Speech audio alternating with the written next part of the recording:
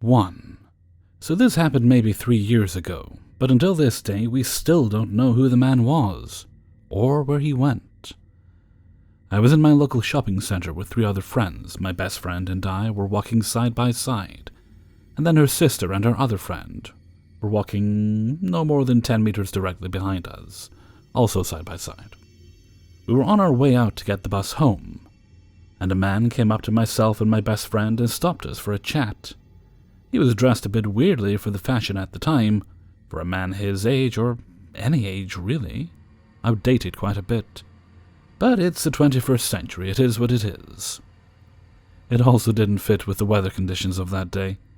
But again, people are weird.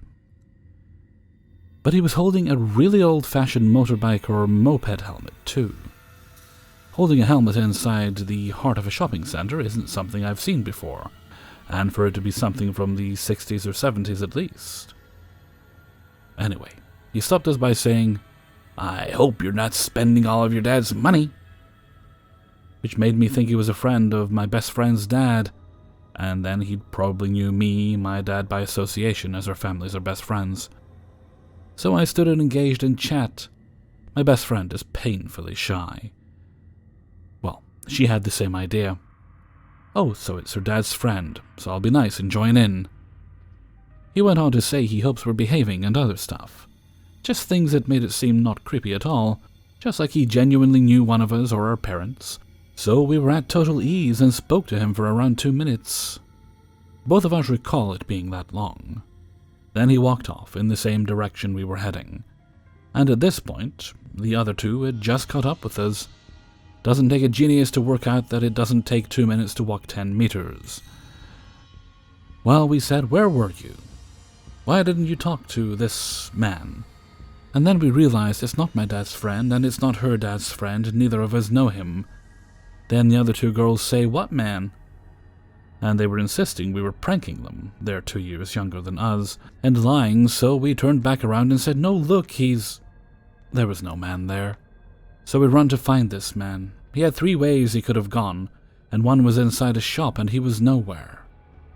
He couldn't have left the shopping center in that time, even if he ran. To this day, we know we spoke to that man, and the other girls are adamant that despite being 10 meters behind us, they did not see him. Our dads also have no clue who we could be describing because they had not had a friend come up to either of them and mention that he saw or spoke to us. 2. This happened from 2001 to 2002 in Albuquerque. I was between 18 and 19 years old, and was stationed at KAFB. I had the same Nokia cell phone with the retractable antenna that everyone had back then. Before the holidays, I had been hanging out with a civilian guy, Ian, and shortly before he went to visit his mom in Turkey, from Thanksgiving through New Year's, he lost his phone in my car. We tore it apart looking for it, even in the trunk, because we just could not believe it wasn't in the car somewhere. He had been using it, and we hadn't gotten out of the car. We eventually gave up looking for it, and he went to Turkey, and every so often I'd search the car in every crevice and pocket, moving the seats back and forth and everything. It really preyed on my mind. After the holidays, I was hanging out in the day room and met Sam. We hung out a lot from the time we met, and because his truck was broken down, we went everywhere in my car. A while later, probably in March or April, he left me in his dorm one morning to use my car for some quick errand, and came back angry. There was a cell phone in my cup holder just like his and mine, but neither of ours because we both had them right there. He accused me of cheating on him and gave me the boot, saying I should go hang out with the guy whose phone it was. So I get in my car and there's a phone just sitting there in the cup holder, just like Sam said. I took it to my room and charged it to see if I recognized the contacts, and it was undoubtedly Ian's phone. I considered keeping it so I'd have a backup battery, but out of curiosity I called one of his friends to get his new number so I could give it back to him and get some closure regarding this goddamn phone. He is now living with his UNM friend, Thor, so I drive it to their place. He was pretty curt with me. I assume he thought I was playing a weird game that had inconvenienced him greatly, being without communication and having to replace his phone and get a new number and all. So I just drove back to base and that was it. I still don't know how to explain it. I always left my car unlocked because I'd rather not have my windows broken, and I never kept anything valuable in it anyhow. I was pretty proud of that gold Mazda 626 back then, so it was pretty clean. We both looked that night, and I searched again in daylight the day after and multiple times afterward. I spiraled into weird thoughts that maybe Sam had found the phone when we first started dating, and had kept it to use to break up with me in the future. But that's not really something I think anyone would do, least of all him. He was just a regular tall, skinny Texan with a big broke-down truck, who liked outdoor stuff and never displayed any weird behavior. And I was just a regular person, obviously not on drugs, and I have never been much of a drinker. I know there's a lot of weird stuff, both on base and in Albuquerque, so I've chalked it up to a minor glitch. Any ideas what could explain this? 3. I'm a part-time DSP who currently works at a medical group home for adults with special needs. Ever since the COVID-19 quarantine, I've had to take my temperature every morning before I go to work. If my temp is over 99.9, I am not allowed to work there, so it's very important that I have my thermometer readily available, and that I record my temp daily. I always disinfect the thermometer when finished and place it in a 6x6-inch square glass bowl of sorts after every use. Here's where it gets weird. Today I went to take my temperature. It's an oral thermometer, white and blue in a plastic case. I have a tympanic thermometer, but it's just not as accurate as the oral one, so I never use it. I looked at the glass bowl, and it was very clearly not in there. Get it, because glass is clear? From what I could see, so I picked everything that was in the bowl out one by one until it was empty. I looked through all the objects that I placed on the nightstand, looked inside the bowl, then put them back one by one. It wasn't there. I thought maybe it had fallen out, so I looked around my nightstand, on the floor, in my drawers, and even inside my shoes that were near the nightstand. I then increased the radius of my search, eventually covering the entire house. It was nowhere to be found. It's worth mentioning that my husband and I are the only two people living here. He was outside working on his truck the entire time and never once came inside the house. I even went outside to ask him if he had the thermometer. He said no. So I went back inside, picked up my alarm clock and water bottle, the only other objects on the nightstand besides the glass bowl, and placed them on the ground. I then emptied out the bowl again, this time flipping it upside down onto my nightstand. I went through the items on the nightstand, then put them back one by one. Still no thermometer. I did 2 more searches of the entire house, which isn't very big. After 45 minutes to an hour of searching, I came back to the bowl one last time. I again took everything out, placed the items on the nightstand one object at a time, looking at each one as I picked it up. No thermometer. I put everything back again, then decided it was gone forever, and used a tympanic thermometer, which by the way gave me wildly different readings each time I used it. Is it 101.2 or 96.5? Thanks, that's real helpful. I picked up my alarm clock and water bottle off the floor and put them back on my nightstand, then flopped down onto my bed. I was a bit thirsty after such vigorous searching, basically the hardest workout I've done since 2007, so I turned my head towards the nightstand to look at and grab my water bottle. As I wrap my hands around the bottle, my eye catches something in the glass bowl. The freaking thermometer is sitting, propped up against the side of the bowl, clearly visible through the glass, with about half an inch of it sticking up out of the bowl, which is exactly how I usually place it once I'm done taking my temperature. I was absolutely flabbergasted. I physically emptied out that bowl myself 3 times and picked up each object one by one and put it back in the bowl. There was nothing on the nightstand when I did so. I know for a fact that the thermometer was not one of the objects I put back in the bowl. I'm 100% certain it was not in the bowl before I dumped it out, and there is absolutely no way my husband could have placed it in there as a joke, as he was outside in the driveway underneath his truck the entire time. I was visibly upset when I went out to tell him what happened, obviously shaken up and confused. He came out from under the vehicle, gave me a hug, and tried to help me calm down after I explained the situation. I'm usually a skeptic when it comes to this kind of stuff, and I do read some of these glitch stories for fun sometimes, but I've never actually encountered one before that was so blatantly obvious. I know a disappearing thermometer is small potatoes in the grand scheme of things, but it truly shocked me to my core today. If anyone has any other theories as to what happened here, I would greatly appreciate some help. 4. This story takes place in July of 2018. My boyfriend and I had gone on a road trip up to Brockville, Ontario. We left things really last minute and were only able to book a campsite for one night, so we figured we would camp out and then start driving back to southern Ontario, and if we found anything cool to check out, we would. After starting our drive back, we found a couple places of interest to explore. These are irrelevant except for the fact that they led us off the main highway home. After finishing exploring some caves, I put our address back into the GPS so I could take us back to the highway. My partner was the driver and I was the one controlling and reading the GPS. It took us about 20 minutes to realize that the GPS was not taking us back to the highway. Instead, it had been taking us down several back roads and even at one point in a circle.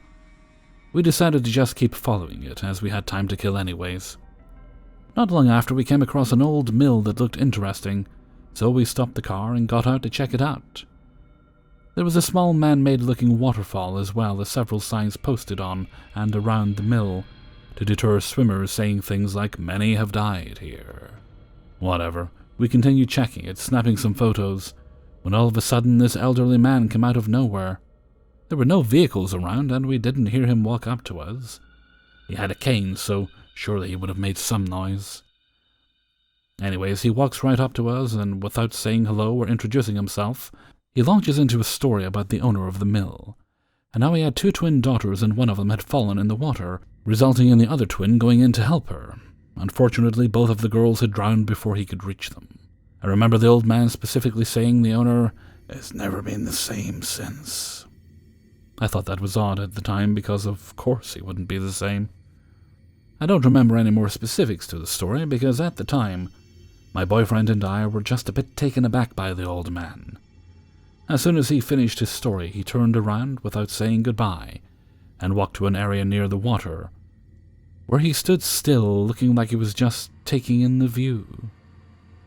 My boyfriend and I left shortly afterwards, and once we got in the car, the man was no longer in view, and the GPS this time brought us straight to the highway. I didn't think twice about this encounter until today, so I decided to do some research. There's absolutely no record of any twin deaths at the mill or even in the river it flows from. Really creeps me out. The mill is called Chisholm's Mills for anyone that is better at research than I. I keep wondering what led us to that mill and who the old man was. 5. I work for a small eye doctor's office that has been open for 20 years, and we have a lot of regular families that I see often. There are a lot of people that are imprinted into my brain because they visit the office so often, and this person was one of those people. This patient came in with his mom the past 2 years, and I remember what he looks like because every time I see him I think about how he looks exactly like his mom. Short, wide Caucasian, circle-shaped faces. They're both about my height, and I'm 5'2". He's in his late 20s, and he comes in a lot to complain with his mom. I know their faces and names and birth dates like the back of my hand, because I've seen them and helped them so many times. Today they came in and the mom walked in with a completely different human being.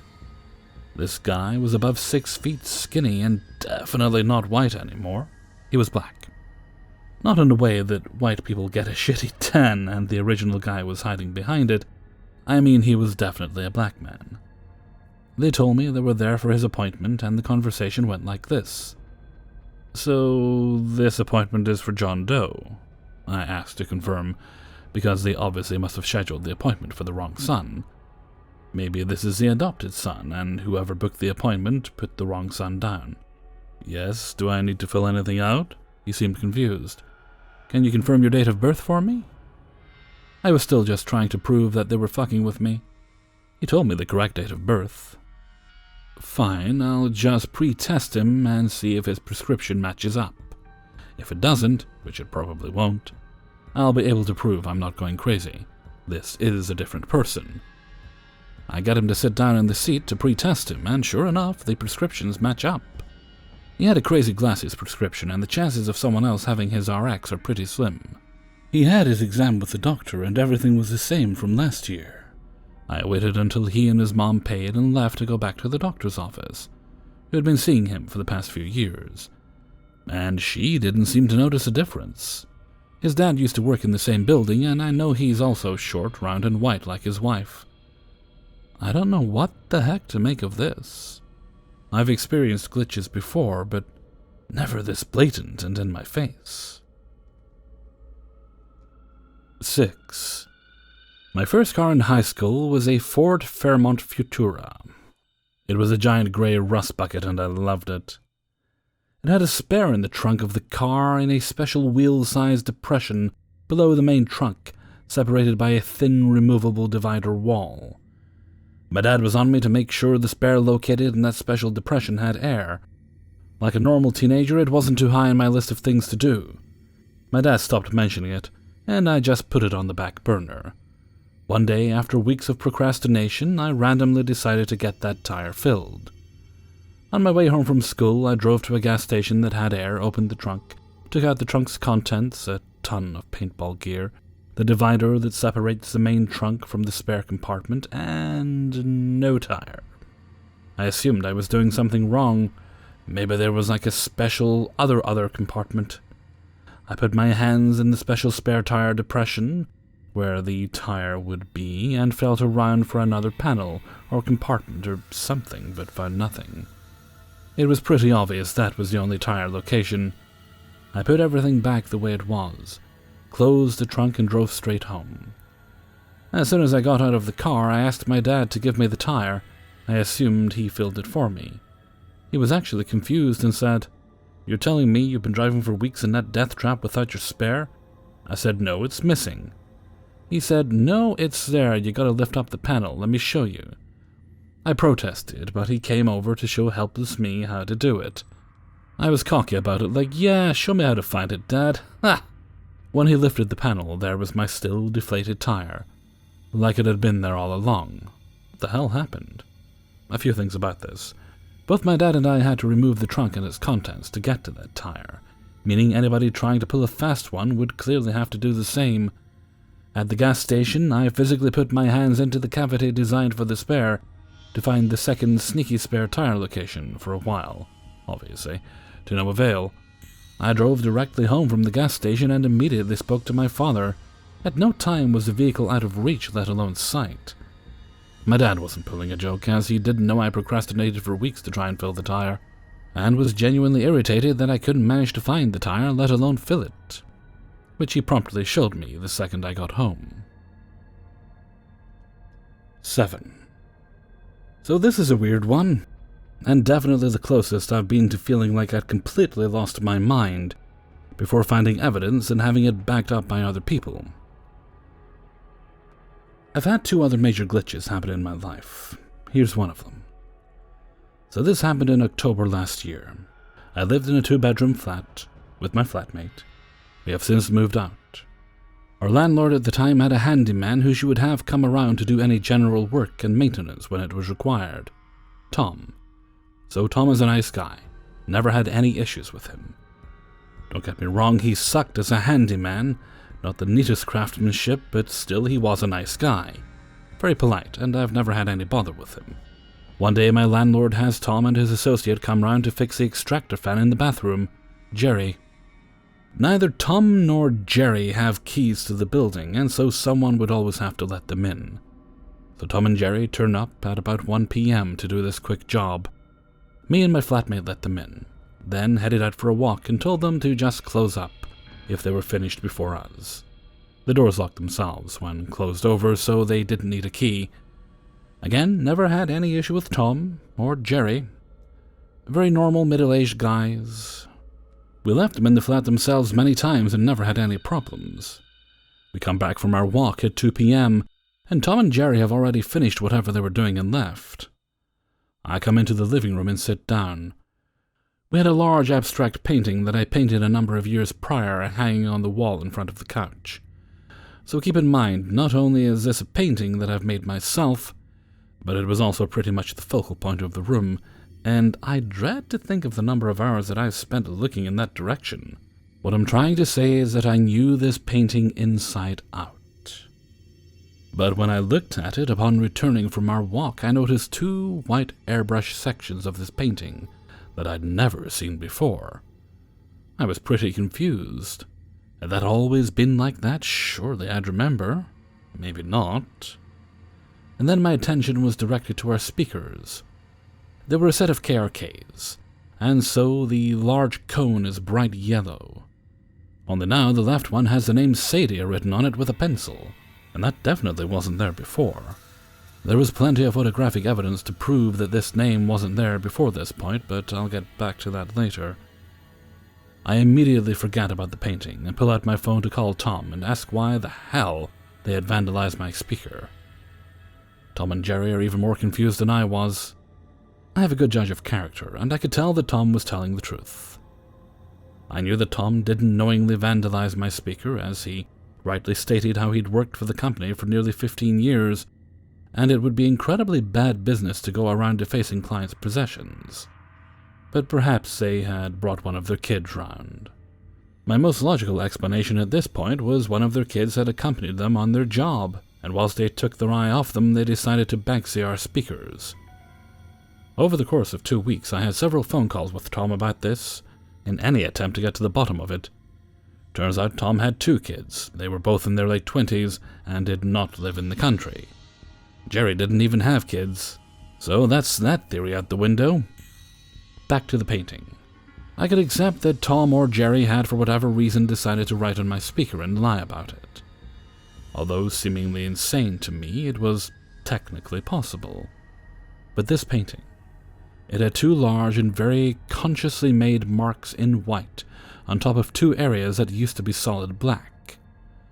Now, if it was a brush stroke, I would say Tom or Jerry have walked past it and accidentally made a mark on the painting. But it was a very fine and thoughtfully placed airbrush marking that was painted following the shape. It was a spray, and it was far too fine to be spray paint. It must be an airbrush marking, which I use in my art. Did I do this while sleepwalking? Here's the kicker. My airbrush had been in my studio on the other side of town for several months prior to this point, and I have never owned white ink to use with my airbrush or used in any of my work. Again, I had photographic evidence to prove that these marks were simply not there before this fateful day. If it was Tom or Jerry, they would have had to purposefully bring their own pump, airbrush, and white ink, just to spray on top of my painting and personal property. None of this adds up. And so, the final bit of weirdness to possibly give a little interdimensional context. When we were out for a walk during the time of the supposed incident, we came across a very large, old, creepy tree. We walked around it 3 times and joked, imagine if we jumped into a different timeline by walking around this. I've just accepted that this is one of those things that I'll never get the answer to. 8. 3 days ago, I was having a conversation with my father, and he was telling me about his university life. Basically, my dad came from nothing. He had a very difficult upbringing and went to the worst school and high school in our city. When it was time for him to join university, my grandfather passed away, leaving my dad to take care of the rest of the family, as he was the oldest son. He took the wrong major because of the wrong advice of people, and how he regrets that to this day. The courses were taught in English, which is a second language for us, and he didn't even know the language. My dad told me that it was the darkest times in his life, and he just wanted to run away, and was even thinking of taking his own life. Now, very recently he got his master's in English literature, and he was telling me that he didn't think it would be ever possible for him. My dad just recently finished this degree at the age of 55. The next morning, my dad had to drive to this town because his distant relative lived there. And they are struggling financially. My dad is a very kind soul, and he wanted to help them. The town is 3 hours' drive away. He usually takes public transport, but didn't because of the recent crisis. He drove there, and my mom was worried, so we decided we'll keep calling him after every hour to check. Well, I decided to call him. Now, keep in mind, because it's a highway, network signals get very weak. He told me to wait and parked at a nearby restaurant.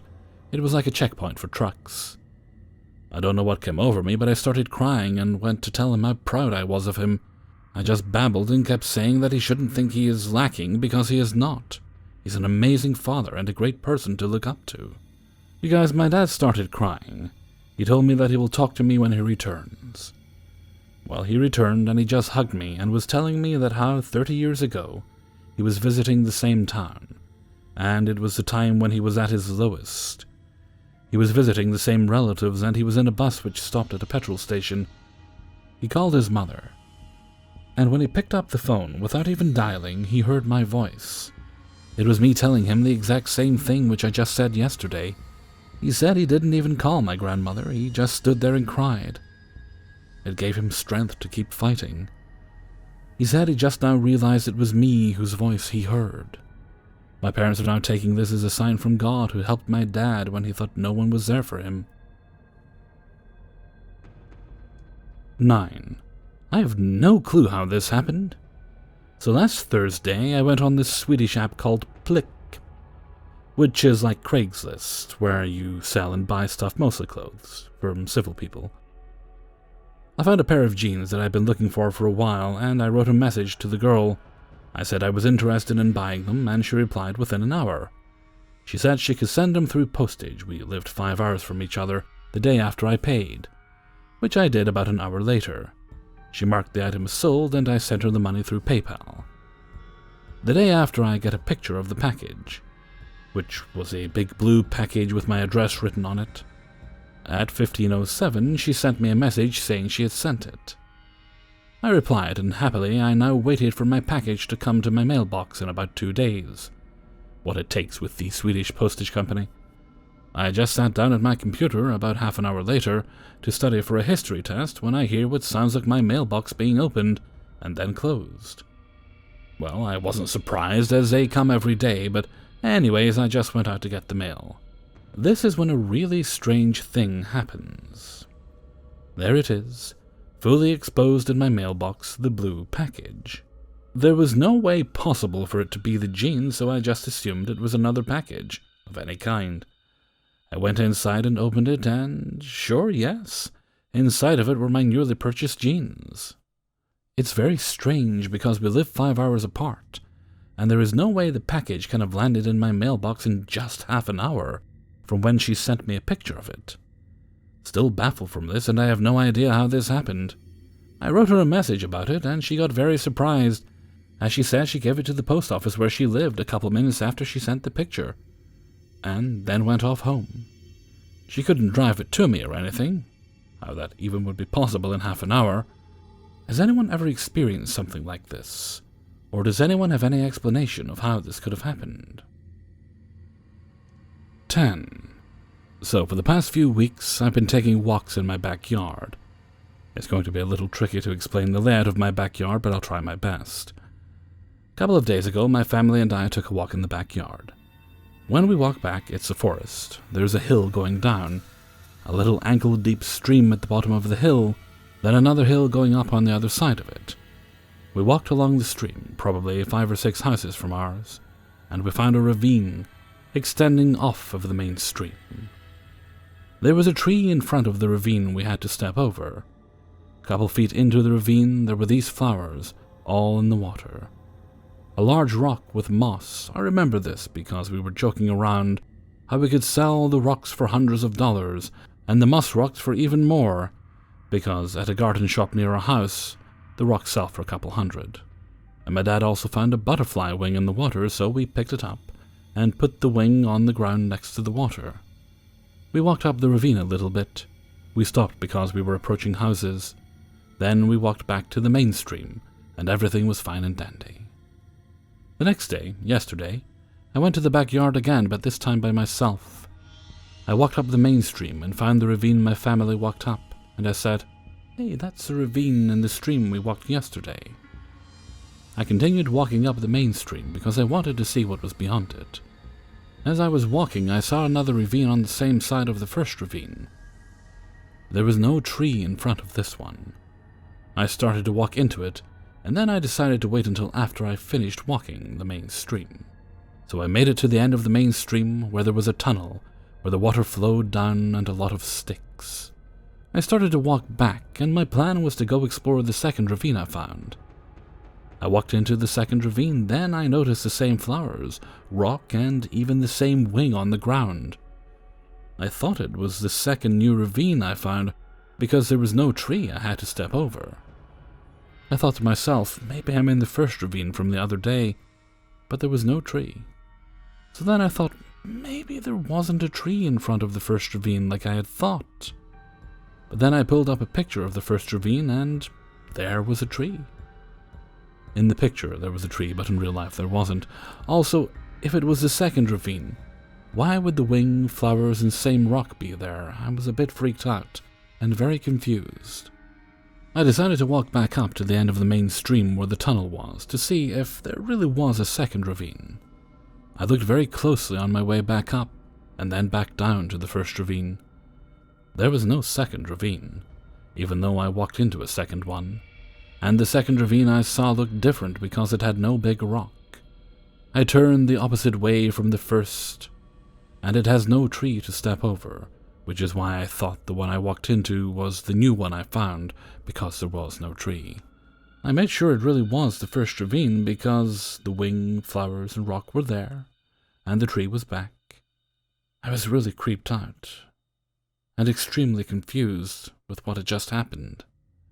I decided to walk back on the main stream, back behind my house. I decided to walk up the hill on the other side of the ravine for a bit, explore around up there a little. As I was walking up the hill, I got 3 texts from my mom. She was like, "Where are you? Are you okay?" etc. I was confused why she texted me so much, and I said, "I'm fine. Why?" She said she was worried because I'd been gone for almost 2 hours. The distance I walked at the pace I was walking would not have taken me 2 hours. Even with the few breaks I took, it would have taken me 40, maybe 45 minutes at the very most. I was so confused why that much time went by, because it wouldn't have taken me that long to walk the walk I went. So what happened with the tree disappearing, with the second ravine I started to walk into disappearing, and all that time that went by? Am I going crazy?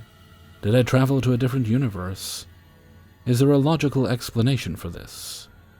What happened? I'm so confused and want to know what other people think about this story. 11. When I was in college, I had an email account provided by the school where all grades and academic info was sent. Those email addresses can still be accessed, but it's not something most people ever use past graduation.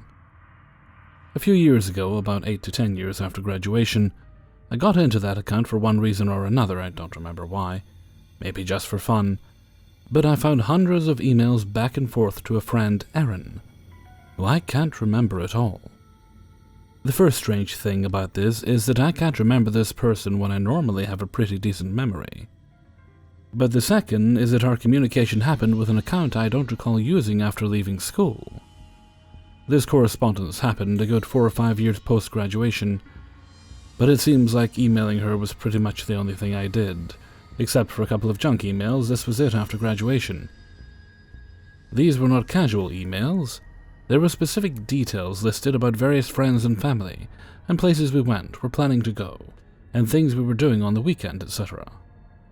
We discussed each other's friends, family, and boyfriends, and drama going on in everyone's lives in great detail. We referenced my fiancée, now husband, and her boyfriend.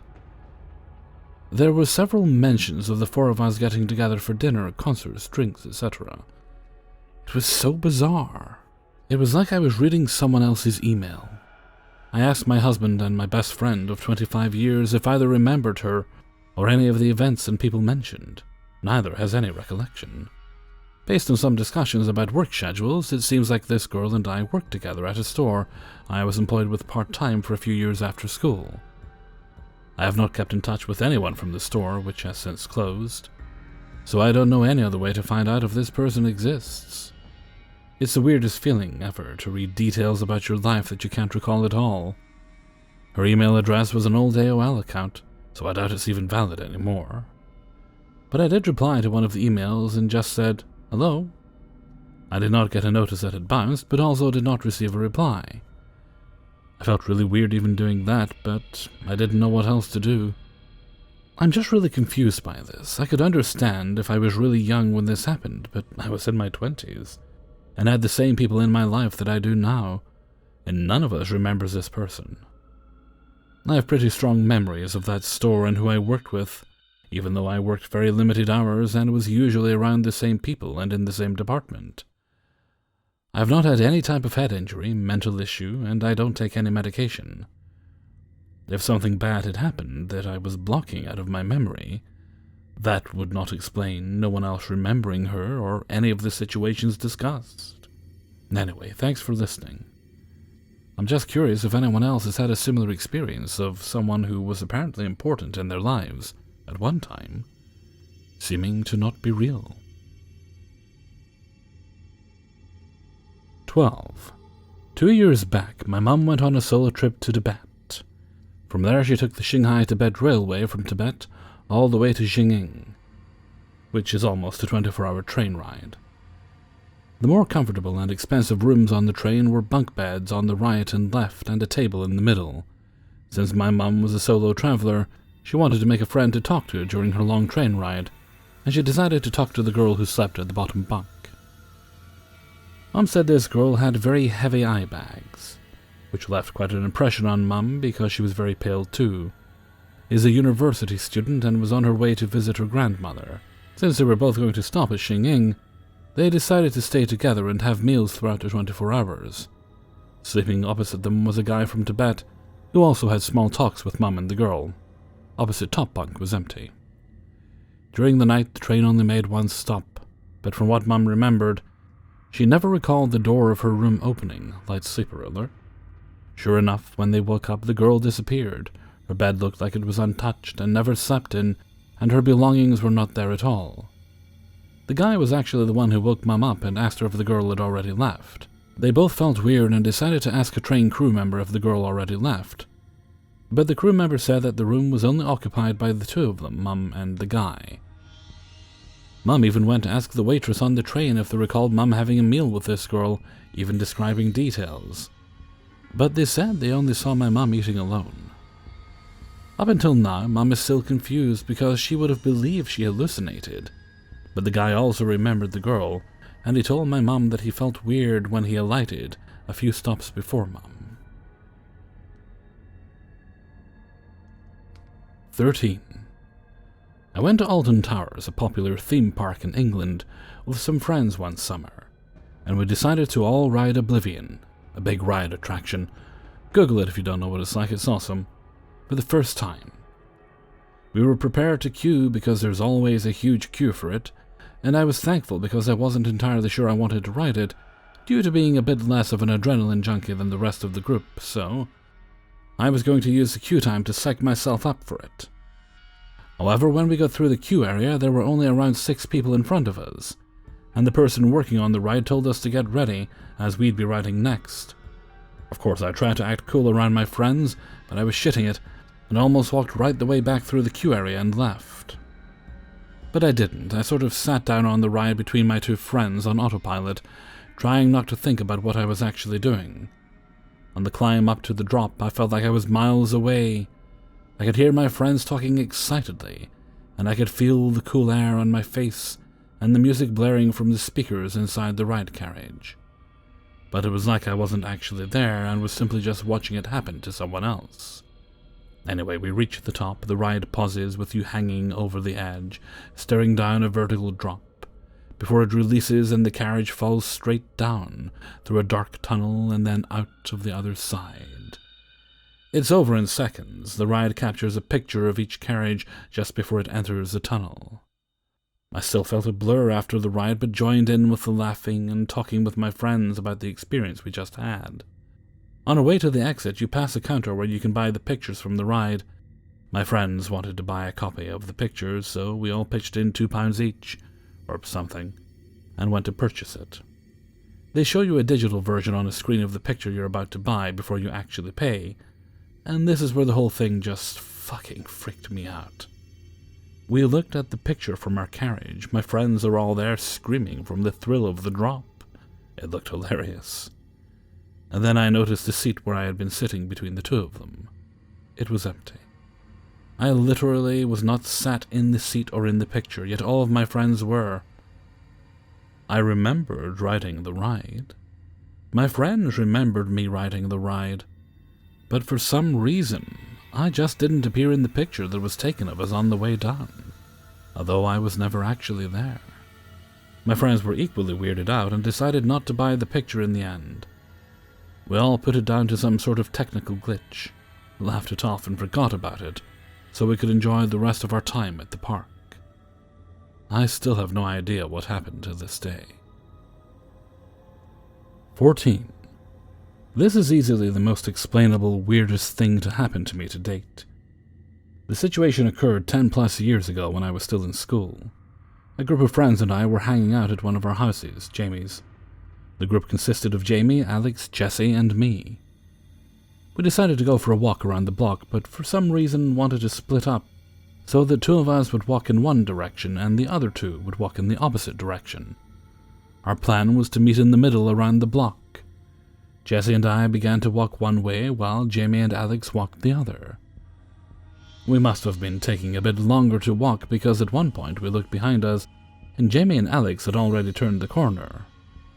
Around this time, Jesse and I looked up and saw Jamie, without Alex, standing at the very end of the street by a bush. The person standing at the end of the street was clearly Jamie. I could see their shiny blonde hair, and there was no way I wasn't going to notice the purple and blue tie-dye outfit they had on that day. The specific features couldn't be made out because they were standing at a distance, but it was so obviously Jamie. But how did they get over there, and where was Alex? Jesse and I kept walking forward, and this is when Jamie leapt into the bush they were standing next to. Jesse and I looked at each other, screamed, and immediately turned back around and began running toward Jamie's house. It was so dramatic. I felt like we were in a movie. We were just running back down the street while flailing our arms and screaming. But what was even weirder was that once we got close to Jamie's house, we could see Jamie and Alex also frantically running back in an equally comedic manner. And this is when the group met up again, and all of us were shouting and freaking out at the same time. Even weirder, we were all shouting and freaking out over the same exact thing, apparently earlier in the walk after they turned the corner. Jamie and Alex saw Jesse and I standing by a bush. They also watched us jump into it. There was no way any of this was planned, or any of us made it up. Since both groups met back up together at the same time, and we were all panicking over the same occurrence. It was insane yelling out, "We saw you jump in a bush," while at the same time hearing, "We saw you jump in a bush." It was just four voices yelling at each other that we all saw each other jump in bushes. I try to just laugh it off now, but it's still something that really freaks me out to this day. I haven't spoken to Alex or Jesse in a very long time, so I'm not sure if they still remember it. I keep in contact with Jamie, but they said they've stopped thinking about and telling people this story because it makes too little sense. Not sure what it means, not sure why Alex wasn't a part of it, and not sure why we all decided to jump into shrubbery. I hope alternate me is having a fun time, though. 15. Little background info first. I live in rural Michigan, where hunting and fishing are an everyday part of life for a lot of people. Myself included, I have been a very active outdoorsman, hunter, fisher, and just general walk-in-the-woodser for a large majority of my 26 years. There are very few situations out in the woods I'm uncomfortable with, but this is definitely one of them. It was mid-August, which is when most people begin to scout new hunting spots before the October deer season. I had started to take a look at some public hunting land online and eventually found an area I wanted to go check out. Cell phone and GPS service is usually non-existent when going into these places, so I mapped out where I would go, looking at the GPS beforehand. There were a few distinctive landmarks that would make it easy to find my way out there. Follow the river to the first clearing, face west, and walk until you hit the pine tree line, simple enough.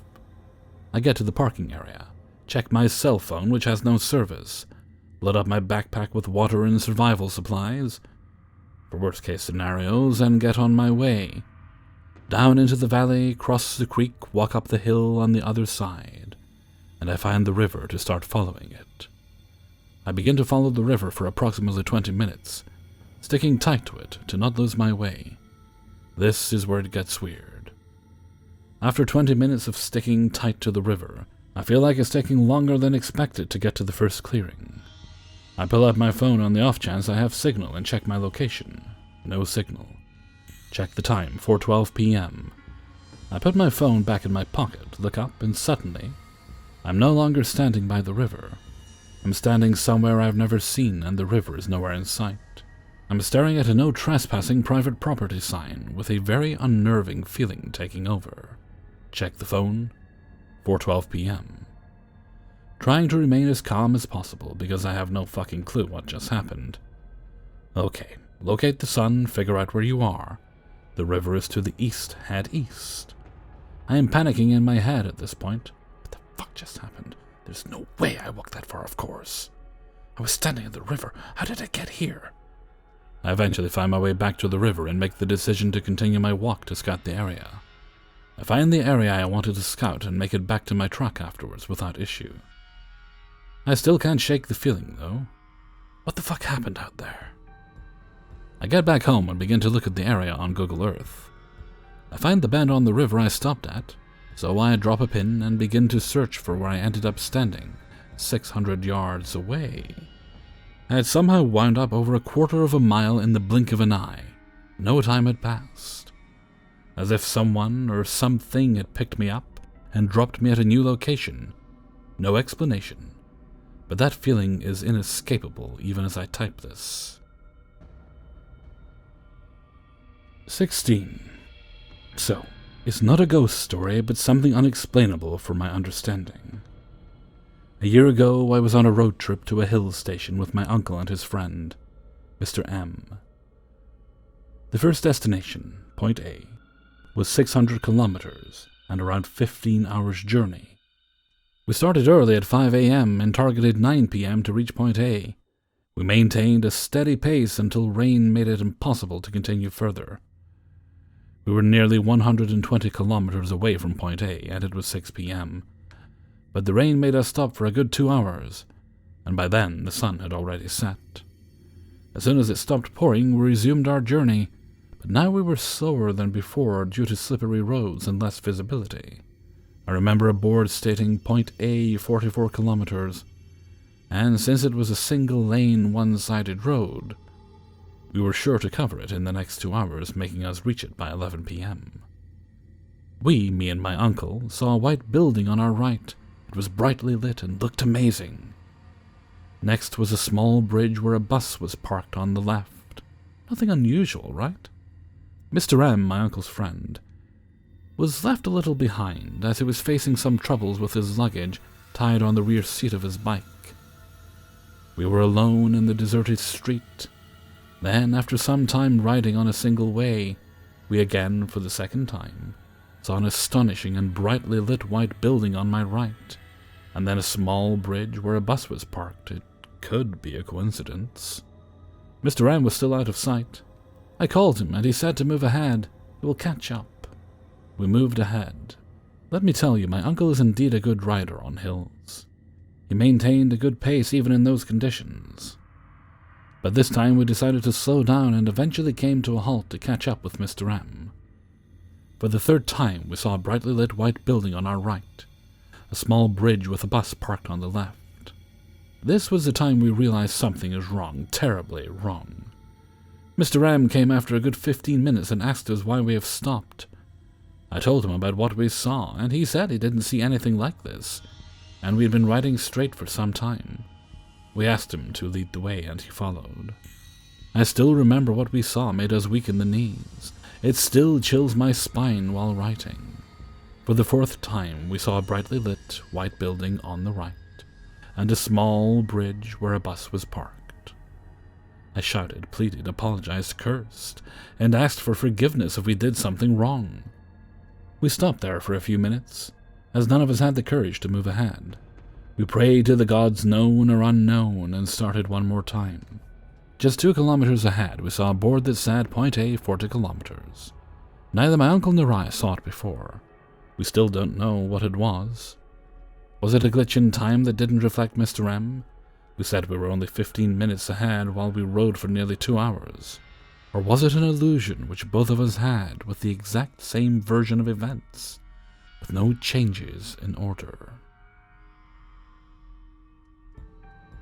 17. So this is actually about 2 separate events. Both happened at work. One happened a week ago and the other happened today, exactly a week apart, if that matters at all.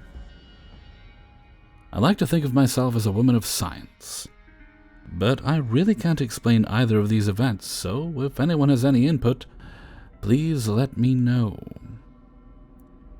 They're such small occurrences, honestly, not exciting at all, but enough to make me feel like I'm losing it a bit. Maybe someone here has some answers. First occurrence. I was sitting at my desk last Tuesday morning, typing away at my computer. I'm a creature of habit. I bring a bottle of water to work every day, and keep it on the same spot on my desk. My desk had overflowed with work, so there's really limited space as to where I can keep it anyway. This morning I was particularly parched, so I reached into my bag, grabbed my water bottle, opened it, broke the seal, the pressure was released, the whole deal, and drank about 1/4 of it. Placed it on the usual spot on my desk and continued plugging away. About 10 minutes later, I was thirsty again, so as I'm scrolling through an email, I reach with my other hand to grab my water bottle. It wasn't on my desk. I thought that was weird. But whatever, my mind was preoccupied since I was busy. Turns out my water bottle was back in my bag. Odd, I guess, but I didn't think much of it. That is, until I went to open it again just to discover that it had never been opened. It was completely full, pressurized with an unbroken seal. I will go to my grave knowing that I drank out of that water bottle. I even scoured my office thinking maybe I packed 2 that morning by mistake, but there was not another bottle of water in sight. And even if I did pack 2, where did the first water bottle go? I swear on my life I drank at least 1/4 of that water bottle. Very weird. Second occurrence, this happened today. The mail delivery man in our building stopped by my office and dropped off 3 envelopes. One was for me, and the others were for my co-worker, who has the office next to mine. Since I was already standing up to retrieve the mail from the inbox, I threw my letter on the desk and walked the other 2 letters over to my co-worker's office. Went straight back to my desk and was going to open my letter. When I sat down, the letter not only was not where I left it, but it also was already open. It was open and leaning against my computer. What the hell? It wasn't opened when I put it on my desk. My office connects to my co-worker's office through a door that is always left open. I was in his office for 5 seconds max just to drop off his mail. No one was in my office, much less at my desk going through my stuff. These are such small, simple events that normally I'd just brush off. But I know something is wrong here. Very weird. Any input is appreciated.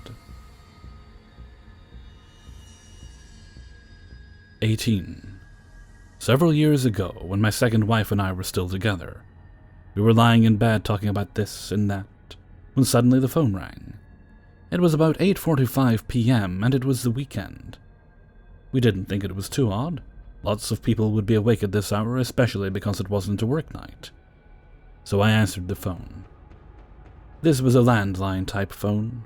We each had cell phones, but at the time only used them minimally.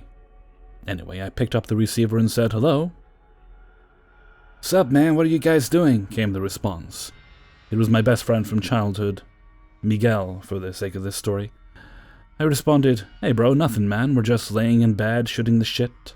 Now you must understand that Miguel and I were best friends and had known each other since the early to mid-70s. Back in the day when we were in our 20s, we were inseparable. We went everywhere and did practically everything together.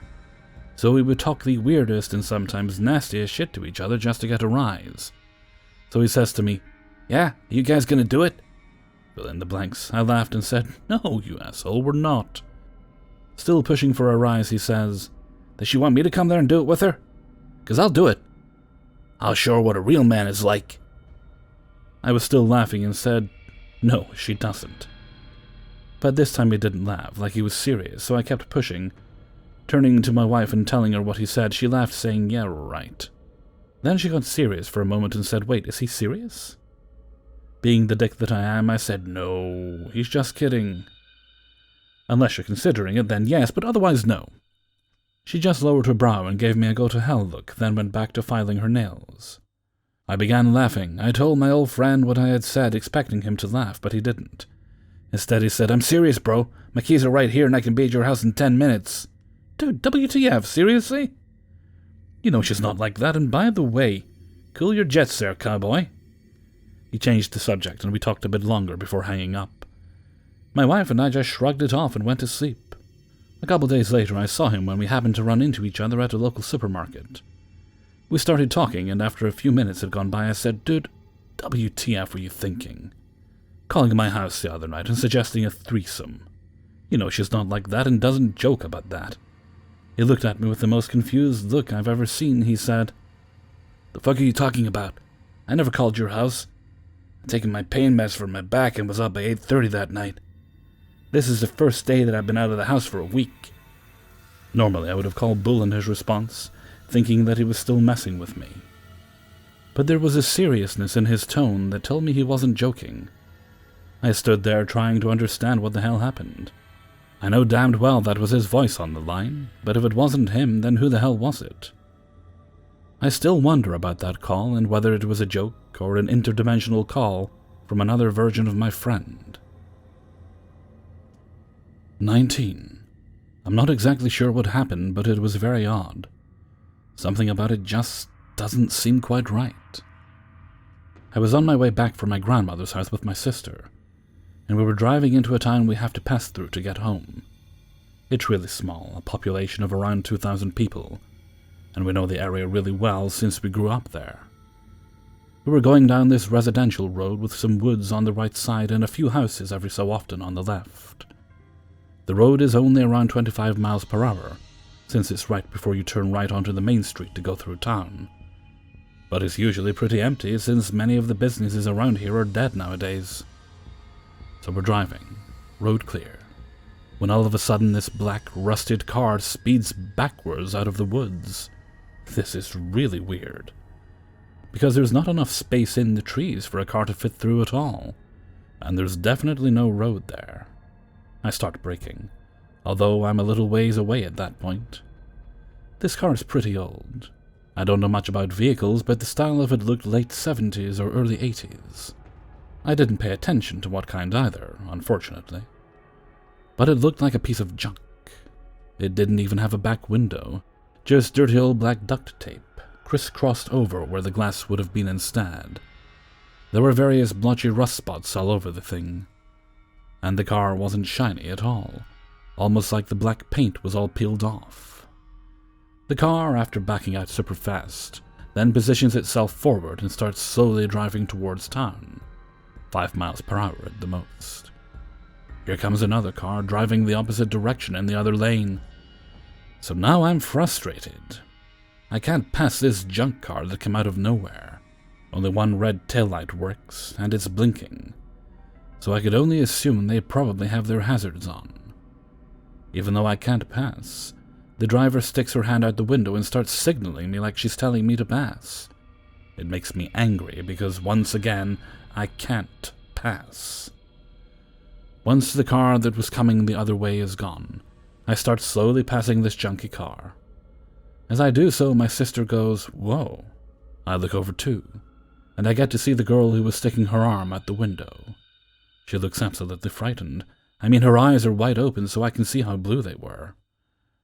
And she's talking while she's still got her hand out the window. She looked to be in her early 20s. Her hair was a dirty blonde, about mid-chest length, and she had a white daisy flower crown on. Not the bulky ones that sit atop your head that were all the rage a couple years ago, but it looked like a thin leather headband that she wore across her forehead. On the tip of her nose, she had lightly tinted glasses, round rims. There was a man in the passenger side, but I was too focused on this terrified girl to really notice him. As I'm passing them very slowly because they had been going slow in front of me, and I wasn't about to gas it on a 25-mile-per-hour street, I notice their windshield has cracks all over it. I start thinking that maybe this girl drove her car into the trees somehow, and might need help. At this point, I'm thinking maybe what I originally thought was her signaling me to pass her was actually her asking me to pull over to help. So as soon as I get around them, I start pulling into the old parking lot of an abandoned auto shop to get out and see if I can help. But by the time I stopped and turned around to look back at them, they're gone. Keep in mind that this road only curves slightly, and the woods are on the other side of the curve. So nothing is obscuring my view of the road at all. Somehow, in the short time it took me to pull over, they managed to do a complete U-turn and speed down the road out of sight. Also before this, they were going around 5 miles per hour with their hazards on. So how in the world did they somehow turn around, gas it, speeding well above the 25 mile per hour speed limit, and get the hell out of there without me seeing them even speed up in the first place? I watched them in my rearview mirror as much as I could as I was pulling over. The whole thing gave my sister and I goosebumps. We've never seen anybody around town drive that car, nor have we ever seen anybody dressed that way as long as we lived there. That girl looked straight out of the 70s, and my sister saw it too. We both can't wrap our heads around how the car managed to disappear so fast, and the weird 1970s hippie theme that was going on makes us even more weirded out. It's also worth mentioning that no one who doesn't live in town hardly ever passes through it. A couple years back, a bypass was built to reduce the amount of traffic that went through town. Something about the constant cars, maybe their pollution, or maybe big trucks rumbling around. I can't really remember. I'd have to ask my dad. Being a danger to the old buildings since the town was constructed in the mid-1800s. This gave a route for outsiders to go around the town, so that too much traffic wouldn't damage the old buildings. The only people that really drive through town are the people that live there and need to get to their houses. There's not much to do there either, because most of the businesses closed down after the bypass reduced the amount of people coming around. There's only 2 or 3 actual functioning businesses, and they're all puny restaurants that I've worked at or eaten at frequently, so I know all of the regulars and how little outsiders come to eat at them. If my sister and I don't know everyone, we at least know most of everyone's cars that sit out in their driveways, that we drive by often. I can say with 100% certainty that neither my sister nor I have ever seen that junk car before. 20. I work part-time at a small deli owned by my extended family. It sits back on a quiet road in a rural area, and while it can sometimes be quite busy, an average weekday will see around 4 customers max in the store at any point. Today I was called into work on my day off. I was awoken by a phone call from my boss, who is also my mother, asking if I would come in to work today. I agreed and promptly went back to sleep, planning to just catch a few more minutes of sleep before getting ready. Cue my dream. I dreamt that I was late and rushing into work at the deli. In the dream I drove to work, parked my vehicle behind the building like I always do, and went inside the deli to let 2 of my co-workers, my aunt and grandfather, know I forgot my apron and needed to run back home. That's all I remember. I was woken up by another phone call from my mother asking if I'd made it into work yet. I'd overslept by about an hour, and it was around 11:30 a.m. at this point. Side note, I didn't plan to be late, but I live close to the deli, and things are usually pretty lax even if I roll in behind schedule. So after hanging up with my mother, I got myself ready and rushed to work, arriving shortly after noon. When I walked into the deli, 3 of my co-workers asked if I'd driven to work earlier and left again. They said they'd seen a vehicle just like mine pull in the driveway and go behind the deli. Some time passed, and they didn't see the vehicle leave, nor did they hear or see me anywhere in the building. They were so convinced the vehicle was mine that one of my co-workers, the same aunt from my dream, checked the lot behind the deli to look for me. It's a small lot that typically just has a few employee vehicles, but no vehicle resembling mine was there. When they were telling me all of this, they said they assumed I'd forgotten something and had to drive back home, just like I dreamt. They also said they'd seen it about half an hour before I arrived at the deli, meaning I would still have been home and getting ready for work. My vehicle isn't so unique that it couldn't be mistaken for another, but my co-workers park near me often and are definitely familiar with my vehicle. They assured me that what they saw was just like mine. It could have been a customer accidentally driving behind the deli. But the only thing behind the building is loading docks. It's pretty evident customers have no business driving or parking back there. It's also unlikely that they could come and go without someone noticing, as there is only one narrow driveway with speed bumps leading to and from the back lot, and it goes directly past the deli's front window. In all likelihood, this strangeness has a simple explanation, but the fact that I'll never know for sure kills me. Hey everybody, Hellfreezer here, and thank you very much for listening to Glitch Monthly number 11. And thank you very much to everybody who allowed me to use and sent in stories for use in this video.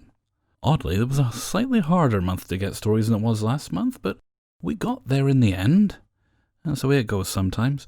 What might happen, what often happens when I'm struggling to get a video completed, is I do get the stories, but I get them maybe within the next few weeks after I need them, which always helps with the next video. So there's certainly no grumbling about getting stories later. It's just nice to get them all quickly when you can. Okay, so what? This is Thursday. This goes up, and today should be the start of the Steam Summer Sale. I will allot myself about £50, what I usually allot myself, and I'll see if I can pick up anything that tickles my fancy. What I usually do when these things happen is I go through and I add a bunch of stuff to my wish list, and that saves me time searching. And if they're on the wish list and at a decent price, I'll buy them. If not, then I'll clear the ones I don't really want out. Okay, and with that, I'm going to head off for now. So until next time, thank you very much for listening, and take very good care of yourselves.